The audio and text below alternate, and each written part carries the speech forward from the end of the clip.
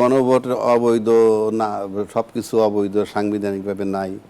আবার একই দিনে নির্বাচন এবং গণভোট, সেটাই কোন সংবিধানে আছে?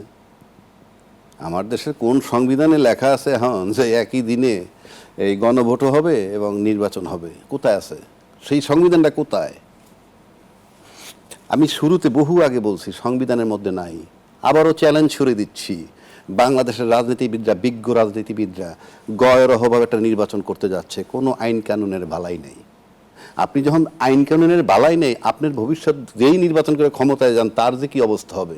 কারণ সবাই যখন দৃঢ়চিত্তে বলে আমি জুলাই চেতনার সাথে ছিলাম, জুলাই আন্দোলনের সাথে ছিলাম, কারণ জুলাইয়ের অভ্যুত্থান ঘটে যাওয়ার পর এটা না বললে কেমন দেখা যায়, তাই বহুজনে বলছে। ঠিক আছে, আন্দোলনেও ছিলেন, সবই মেনে নিলাম। যদি আপনি সবাই মিলে একটা কাজ করি, যে সবাই মিলে এই কাপটা এখান থেকে সরাইলাম, তারপরে আসেন এই যে ভাই সরাইছি বৈধ না অবৈধ জানি না, আসেন এটা আইনি ভিত্তি দিই আমরা সবাই মিলে, কি যে আমরা সবাই মিলে এটা সরাইছি, কাজে এটা আইনগতভাবে বৈধ, আমরা বৈধতা দিয়ে দিলাম। জুলাই সনদের বৈধতা নিয়ে এত ঝামেলা হইল কেন?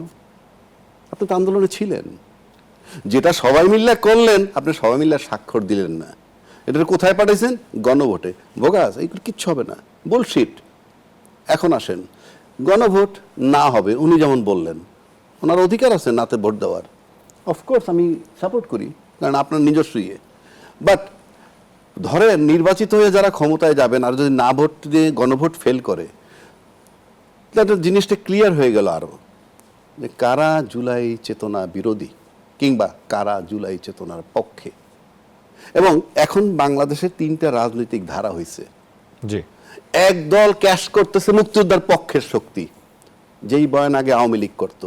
আর এক দল ক্যাশ করতেছে, আইডেন্টিফাইড হয়েছে, তারা রাজাকার। যদিও এই মুক্তিযোদ্ধার রাজাকার একসাথে মিলে আবার দেশ চালাইছিল কিছুদিন, সেই চ্যাপ্টারে গেলাম না। তাহলে মুক্তিযোদ্ধা একদল, রাজাকার একদল, মাঝখানে যে ইনকিলাব মঞ্চ হইল, মাঝখানে যে এনসিপি হইল, এবং হাদির জানাজা যে লক্ষ লক্ষ লোক হওয়ার পর নতুন একটা প্ল্যাটফর্মটাকে আরো কলেবর বৃদ্ধি হইল, জাগো নেতা আইডেন্টিফাই করার জন্য এখন মসজিদে ইউনিভার্সিটির পাশে করলো। এই যে শক্তিটা, এটাকে আপনি কোন দিকে ফেলবেন? এই যে দুইটা ভাগ, স্বাধীনতার পক্ষ, এরে কোথায় ফেলবেন? জুলাই পক্ষ, হ্যাঁ হ্যাঁ, এদেরকে কোথায় ফেলবেন? দুই দলের কেউ তো না কেউ থেকে রিসিভ করতে হবে। আর যদি রিসিভ না করেন, তাইলে কি আইডেন্টিফাই হবে? আইডেন্টিফাই এটা হবে কি? কে মুক্তিযোদ্ধার পক্ষের শক্তি, কে বিরুদ্ধের শক্তি, সেটা তো পরের চ্যাপ্টার। আপনি এই মুহূর্তে এই ফোর্স হলো বাংলাদেশে ফ্যাক্টর।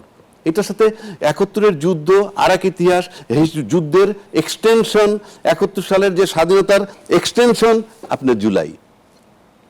এটাকে আপনি কি করবেন? এরা আপনি কোন দলে ফেলবেন? আপনি পুরা দেশবাসীর কাছে প্রশ্ন করলাম, এরা কি মুক্তিযুদ্ধের পক্ষের শক্তি নাকি মুক্তিযুদ্ধের বিপক্ষ শক্তি, দেশের পক্ষের শক্তি না দেশের বিপক্ষের শক্তি?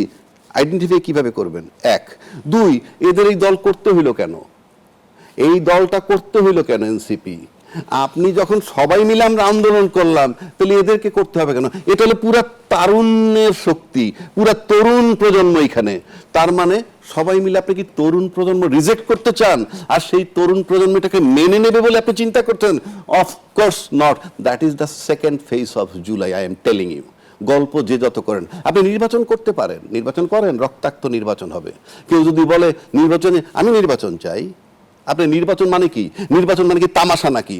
আপনি হাদির মাথায় অপারেশন করা যাচ্ছে না, আবার বিশিষ্ট আমাদের সম্মানিত বেগম খালেদা জিয়াকে বিদেশে নিতে পারতেছিল না, কারণ স্টেবল হয় নাই।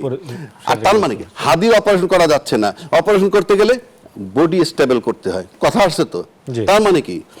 নির্বাচনটাকে যদি ব্রেন অপারেশন ধরেন আর নির্বাচনের মাঠটাকে যদি বডি ধরেন, বডি স্টেবল হইতে হবে।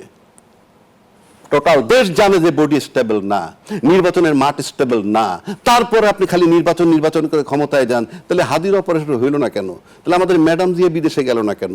তার মানে বডি পারমিট করে না। কাজে নির্বাচনের মাঠ যদি আপনাকে বডির সাথে কম্পেয়ার করেন হাদির, তাহলে এটা হলো নির্বাচনের মাঠ, হলো সেই বডি, আর ব্রেইন হলো নির্বাচন। আগে স্টেবল করেন, মাঠে দিতেছেন অস্ত্র, মাঠে দিতেছেন এইটা সেইটা।